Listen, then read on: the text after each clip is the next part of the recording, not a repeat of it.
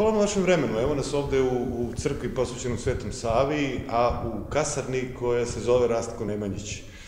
Juče, prema našim informacijama, držali ste liturgiju upravo ovde u ovom prostoru, pripadnicima specijalne brigade, a već danas spremate se da sa nekoliko pripadnika brigade krenete na Hilandar. Kako teku dani? Kako teku godine? 3 godine ste ovde jerej. Pa, svaki dan isto, kuća, posao, teren, vojničke obaveze, crkvene obaveze. Ne primeti čovek kad prođu 3 godine, ali eto, prođeš. Juče je bila mala gospojina, crveno slovo. Mi smo davno planirali, pošto je vojnička obaveza, da uplaniramo bogosluženja. Ta bogosluženja su planirane, sastav je obavešteni, ko je u mogućnosti bio da dođe. Bilo je 10-ak ljudi, od kojih je bilo 4 za pevnicom. Bilo je prelepo. Ko ne može da dođe sad, doći drugi put. U svakom slučaju, liturgija i posle vežbanje za dan brigade i tako ovo dalje što ide po vojničkim obavezama, pisanje raznoraznih naređenja dokumenata. A danas, eto, kao što ste videli, malo sam zakasnio, sam imao zadatak, bio sam u generalštabu, posle sada sa vama i usput, možda ste primetili, možda niste, dogovoreno detalji oko prevoženja ka 63. padobranskom bataljonu za putu za Hilandar.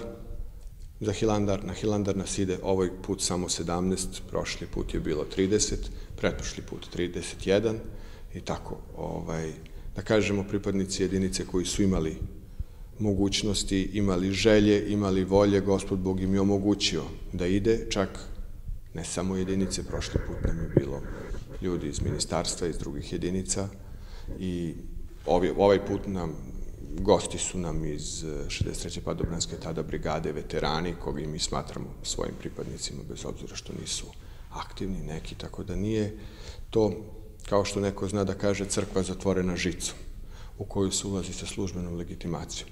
Poštuju se vojna pravila, ali i poštuju se i crkvena pravila. Nismo zatvoreni. A kako je sve izgledalo na početku? Vi ste praktično 3 godine ovde i ovde ste stigli odlukom države i crkve, tako, da se obnovi poziv vojnog sveštenika, odnosno sveštenika pri oružanim snagama. Tako je. Verska služba je postojala davno pre nego što smo se mi rodili i nekih 75 godina je, nažalost, bila pauza. Šta više, važno je istaći da verska služba u Srbiji postoji od 1839. godine u Ustavu, jer se često zna da neko komentariše sa ovakvim ili onakvim namerama da smo mi to prepisali. Možda smo mi koristili iskustva drugih naroda, drugih armija koje su imale verske službe. Možda smo koristili iskustva, ali prva u Evropi je Vojska Srbije imala versku službu ustavno i zakonski. Ne računamo bitke koje su se vodile ranije, pa su sveštenici bili sa njima, i u drugim armijama, pa i u našim. Ali 1839. naša tada mlada država koja je tek Ustav sastavljala, je u taj Ustav uvela začetke verske službe i čak kad je kasnije ustanovljena stajaća vojska, sveštenici su bili sa tim vojnicima i ne samo sveštenici pravoslavne veroispovesti, nego su bili, koliko je zastupljeno i ostalih veroispovesti, ako postoji dovoljno vojnika, naravno, cilj je bio vojnicima izaći u susret.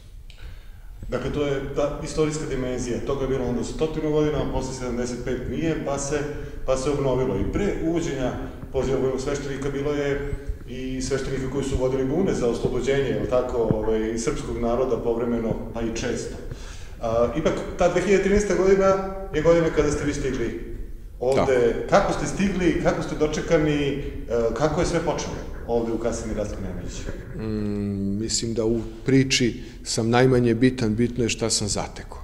Znači, zatekao sam izuzetnu jedinicu i mogu javno da kažem da na bratskom sastanku, kada nas je vojni vladika pitao o nekom izveštaju, ja sam svima rekao, a mogu sada i vama, da sam takvu dobru vojsku dobio u, uslovno rečeno, vojnički, to ne postoji, ali crkveno postoji, u parohiju, u odgovornost pred Bogom, u kako god hoćete nazovite, da sam presrećan samo da pred Bogom ih vratim tako dobre kako sam ih dobio. Znači, ova jedinica u koju sam došao 1. augusta 2013. godine je jedinica koja obiluje učesnicima rata. Kad pogledate, komandanta niste upoznali ste pukovnika Čupića. Da krenemo od komandanta, pa samo dovoljno. Komandant je ranjavan, učestvovao u ne znam koliko je zviždalo metaka od vojnika do komandanta. Pukovnik Čupić je čoveku spasao život, koga sam slučajno upoznao skoro, tako što mu je na licu mesta venu zapušio gazom i spasao mu na taj način život. Ljudi koji su živeli u takvim uslovima, kada su im zviždali meci, oni su okrenuti jedan drugom, okrenuti su Gospodu Bogu. I crkvu koju sam zatekao nije samo zidana crkva, da, i zidana crkva, crkva eklisija na grčkom znači zajednica. Zajednicu koju sam zatekao stvarno nisam vidio ranije, ja sam prezadovoljan, samo mi je čast to što sam zatekao. Crkva je bila napravljena, ova koju vidite, ova zidana, zajedničkim radom pripadnika specijalne brigade i zajedničkim radom sa episkopom Banatskim Nikanorom, koji je blagoslovio, pomogao i materijalno i blagoslov svojim molitvama, i mi svakodnevno po nešto možda inoviramo, ali zatečeno stanje je prelepo bilo. I od tada sam se trudio da to stanje prvo očuvam, pogotovo taj zajednički duh, a kasnije da to, ako postoji neki zahtev od pripadnika, da mi taj zahtevu izađemo u susret i na taj način i versku službu malo poboljšamo. Kako izgleda ta crkva među ljudima ili crkva od ljudi ili ta zajednica koju ste malo pre spomenuli? Sigurno je posebna u uslovima u kojima ste ovde u specijalnoj brigadi. Kako može da izgleda kada je čovjek zajednici jedan sa drugom, on je zajednici sa Bogom. Jer je Gospod Bog postao čovjek da bi čovjek postao Bog. Ako je on spreman da za svoga druga da život, a videli ste, povezao je kapetan Savić, vam je pokazao delove iz spomen sobe, takvom čoveku nešto preterano Bogu ne treba pričati. On je već u zajednici sa ljudima i samim tim u zajednici sa Bogom. Možda u crkvi kažu, pa zašto nije došao u crkvu? Pa nije došao zato što ima gađanje, pa nije došao zato što ima pokretno logoravanje, pa nije došao zato što ima neki drugi zadatak.